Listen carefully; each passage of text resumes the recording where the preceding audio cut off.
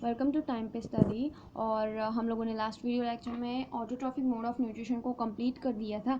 और अगर आप लोगों ने नहीं देखा हो हमारा लास्ट वीडियो तो फिर मेरे सब्सक्रिप्शन बटन के बाजू में साइड में टाइम पे स्टडी जो लिखा हुआ है ना, उस पर क्लिक करेंगे तो फिर आप मेरी चैनल पे आ जाएंगे और सब्सक्राइब कर देना। और मेरा लास्ट वीडियो भी देख लेना जो ऑटोट्रॉफिक मोड ऑफ न्यूट्रिशन पे था।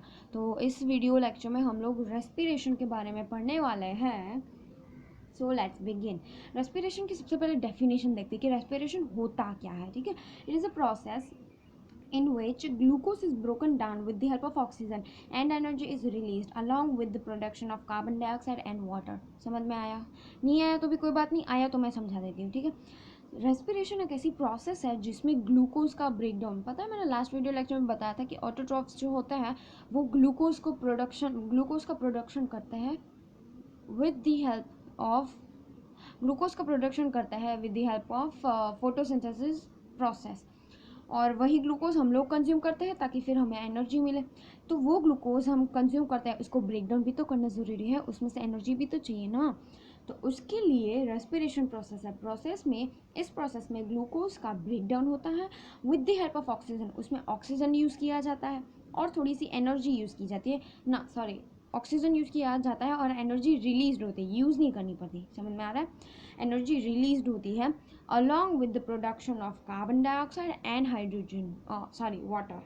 हम लोगों ने लास्ट में इक्वेशन देखी थी ना, सॉरी इसमें नहीं है।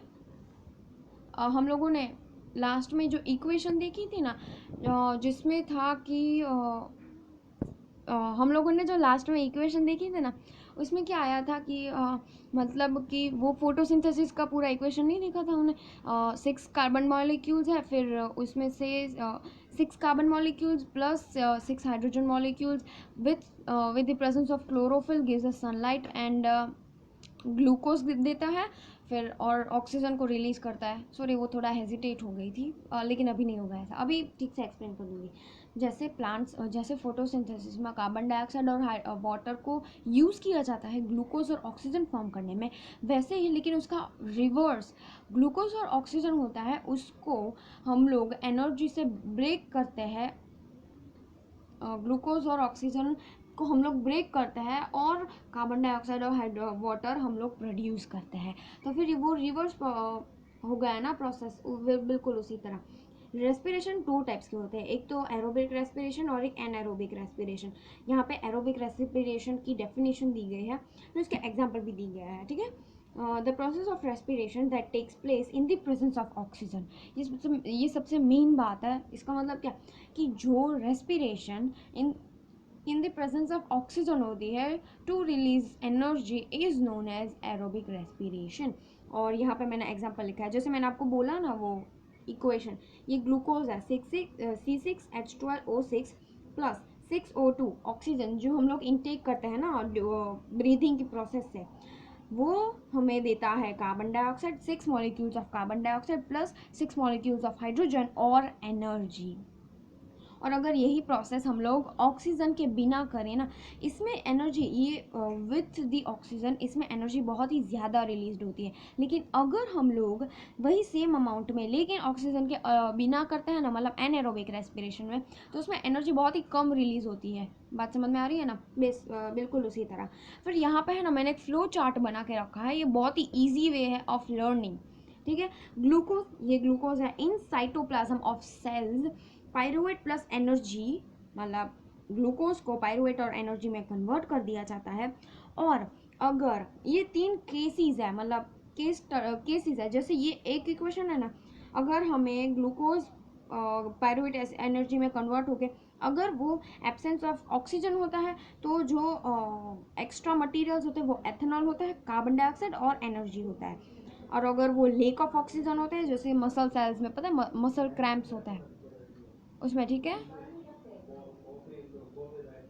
उसकी मतलब अगर हम लोग लेक ऑफ ऑक्सीजन में करें तो लैक्टिक एसिड और एनर्जी रिलीज होती है। और अगर प्रेजेंस ऑफ ऑक्सीजन करें विच इज़ इन माइटोकॉन्ड्रिया, तो वो रिलीज करता है carbon dioxide, water and energy. In absence of oxygen और in lack of oxygen, energy release is in very small amount. In compare to in the presence of oxygen, here energy is release too much. तो फिर इसलिए ही हम लोग oxygen oxygen की presence में हम लोग एनर्जी को रिलीज़ कराते हैं, क्योंकि यहाँ पे एनर्जी बहुत ही ज़्यादा रिलीज हुई होती है। ठीक है, ये फिगर दिया है break down of glucose by various pathways, और अगर आपको इसके नोट्स बनाने हो तो आप वीडियो पॉज करके बना सकते हो। Thank you. और अब हम लोग एनारोबिक रेस्पिरेशन की तरफ बढ़ेंगे। ठीक है, हाँ, तो हम लोग अभी आ गए हैं एनारोबिक रेस्पिरेशन में।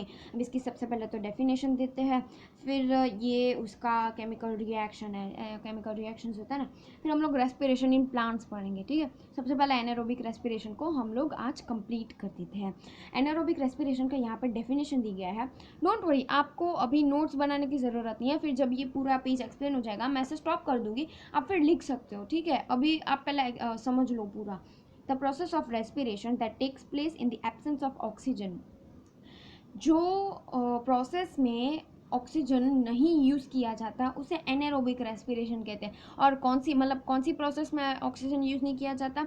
रेस्पिरेशन मतलब प्रोसेस ब्रेकडाउन ऑफ फूड में, अगर कोई भी ब्रेकडाउन ऑफ फूड है, अगर एनर्जी अगर हमें चाहिए और अगर एनर्जी हम लोग लेते हैं इन एब्सेंस ऑफ ऑक्सीजन, तो एनर्जी बहुत ही कम रिलीज तो होगी लेकिन बहुत ही कम अमाउंट में रिलीज होगी।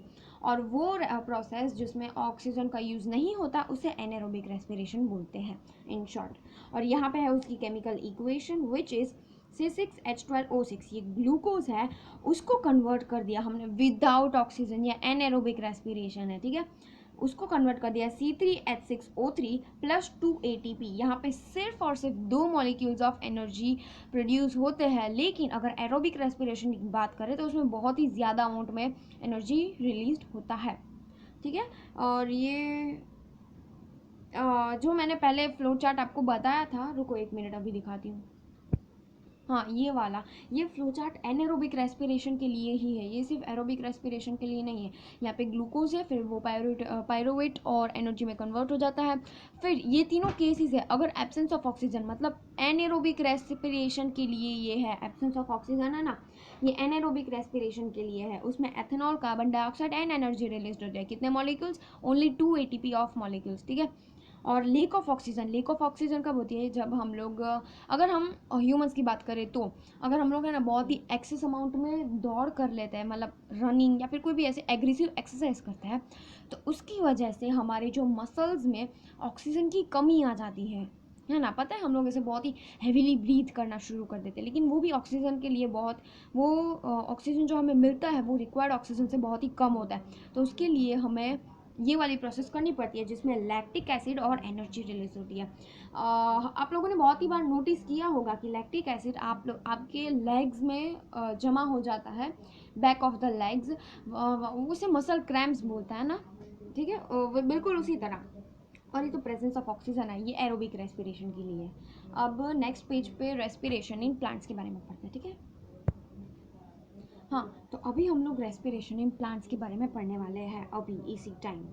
ये वीडियो लेक्चर में मैं रेस्पिरेशन इन प्लांट्स को ख़त्म कर दूँगी। ओके, तो चलिए देखते हैं। Plants exchange gases through stomata. हमें पता है कि प्लांट्स जो होते हैं वो रेस्पिरेशन किसके थ्रू करते हैं? स्टोमेटा के थ्रू। स्टोमेटल पोर्स जो होते हैं, जो लीव्स के इनर पार्ट पे प्रेजेंट होता है, ऊपर के पार्ट पे नहीं, ऐसे नीचे के पार्ट पे प्रेजेंट होता है, जहाँ पे लाइट ग्रीन कलर होता है लीव्स का, वहाँ पे। सेकेंड पॉइंट है the large intercellular spaces ensure that all the cells are in contact with air. जो लीव्स के बीच में जो सेल्स होता है, उन 2 सेल्स के बीच में इतना ज़्यादा एयर स्पेस होता है, और प्लांट्स इसका ध्यान रखती है कि कोई भी अगर सेल्स हो ना, वो एयर से कांटेक्ट में रहे, वो ऐसे टच में रहा, ताकि अगर उन्हें कोई भी एयर की ज़रूरत पड़े तो वो तुरंत ले, मतलब ऐसे ट्रांसपोर्ट करवाने की ज़रूरत नहीं पड़ती किसी और जगह से यहाँ तक। वो अगर इन कांटेक्ट ऑफ एयर रहते हैं तो उनको इजीली ऑक्सीजन या कार्बन डाइऑक्साइड जो भी उन्हें गैस चाहिए वो मिल जाता है। जैसे हम कैसे, अगर हमें है ना वैक्यूम वाली जगह पे अगर हमें खड़ा कर दिया जाए तो हम जी नहीं सकते, क्योंकि हम क्या कहते हैं, एयर से कांटेक्ट में नहीं रहते। और अगर अभी मैं बोल रही हूँ तो मैं है ना सबसे पहले एयर को अंदर ले रही हूँ, फिर उसमें से आवाज़ निकल रही। तो अगर मैं एयर में नहीं होती तो फिर, मतलब इन शॉर्ट के है ना, प्लांट्स और एनिमल्स दोनों को एयर तो चाहिए ही जीने के लिए, लिविंग के लिए। ठीक है, न्यूट्रिशन के लिए, रेस्पिरेशन, मतलब सारी चीज़ों के लिए। Carbon dioxide and oxygen are exchanged in and out of the cell by the process of diffusion. Carbon dioxide and oxygen वो दोनों गैसेज प्लांट्स के अंदर और बाहर जा सकते हैं with the process of diffusion. Okay, ये बात समझ में आई। Diffusion is directed by environmental conditions and the requirements of plants. मतलब डिफ्यूजन है वो दो चीज़ों पे डिपेंडेंट है। एक तो प्लांट्स के सराउंडिंग का एनवायरनमेंट और दूसरा प्लांट्स की रिक्वायरमेंट। समझ में आ रहा है ना? मतलब कैसे होता है कि अगर प्लांट्स को ही ऑक्सीजन या फिर कोई भी गैस अगर प्लांट्स को ही नहीं चाहिए तो फिर वो ऑक्सीजन तो कुछ ऐसे कंपलसरी तो नहीं आएगा कि मैं ऑक्सीजन हूँ, मुझे अंदर जाना ही है, प्लांट्स के अंदर जाना ही है, उनको मदद ही करनी है, जबकि प्लांट्स से मदद तो मांगी नहीं। तो वो दो कंडीशंस पे रेडी होता है, मतलब दो कंडीशंस पे डिपेंडेंट होता है। एक तो एनवायरमेंटल फैक्टर्स पे और दूसरा प्लांट्स के रिक्वायरमेंट्स पे। अगर प्लांट्स को रिक्वायर्ड है तो ही वो ऑक्सीजन को अंदर लेगा, वरना वो नहीं लेगा। अच्छा, अब और ये लास्ट पॉइंट है, उसके बाद और 2-4 पॉइंट्स है वो मैं आपको एक्सप्लेन कर दूंगी। During night in the absence of sunlight photosynthesis do not take place and hence carbon dioxide is released but not used up by the plants. जब रात में जब डे टाइम में तो सनलाइट होती है, इसलिए प्लांट्स वो लोग हैं ना फोटोसिंथेसिस प्रोसेस कर सकते हैं, लेकिन रात टाइम में, नाइट टाइम में प्लांट्स को यूज़ करने के लिए सनलाइट तो है नहीं, तो वो कहाँ से फिर फोटोसिंथेसिस प्रोसेस कर पाए? तो वो हम ह्यूमंस जैसा, ऑर्गेनिजम्स जैसा करते हैं। वो ऑक्सीजन को इनटेक करते हैं, जो ग्लूकोज उन्होंने स्टोर किया है उसको ब्रेक डाउन करके उसमें से एनर्जी यूज़ करता है और कार्बन डाइऑक्साइड और वाटर को रिलीज कर देते हैं। ये सिंपल प्रोसेस है। डे में ग्लूकोज बनाते हैं और नाइट में ग्लूकोज ब्रेक करके एनर्जी यूज़ करता है। वाइब समझ आ रही है? बस ऐसे ही। अब चलिए चलते हैं नेक्स्ट पेज पे। ओके, तो ये है हमारा नेक्स्ट पेज। सिर्फ 2 ही पॉइंट्स बाकी है, फिर रेस्पिरेशन इन एनिमल्स हम लोग नेक्स्ट वीडियो में देख लेंगे, ठीक है? पहले 2 पॉइंट्स डिस्कस कर लेते हैं। ड्यूरिंग द डे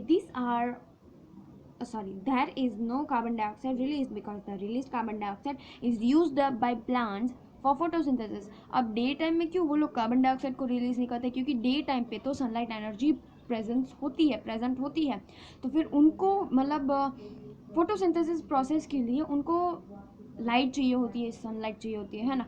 तो वो अगर सनलाइट हो तो वो लोग कार्बन डाइऑक्साइड को इनटेक करते हैं, अगर सनलाइट एब्सेंट हो तो वो कार्बन डाइऑक्साइड को रिलीज करता है। वाइब समझ आ रही है? बिल्कुल उसी तरह। और oxygen is release instead of carbon dioxide during the day time पे वो लोग ऑक्सीजन को रिलीज करता है एज अ बाई प्रोडक्ट। और अगर नाइट टाइम की बात करें जहाँ पे सनलाइट प्रेजेंट नहीं होती, तो वो लोग ऑक्सीजन को इनटेक करते हैं, ना कि एक्सेल आउट करते हैं, ठीक है? और ये यहाँ पे है उसका डायग्राम लीफ का, जहाँ पे फोटोसिंथेसिस प्रोसेस होती है, ये लीफ है।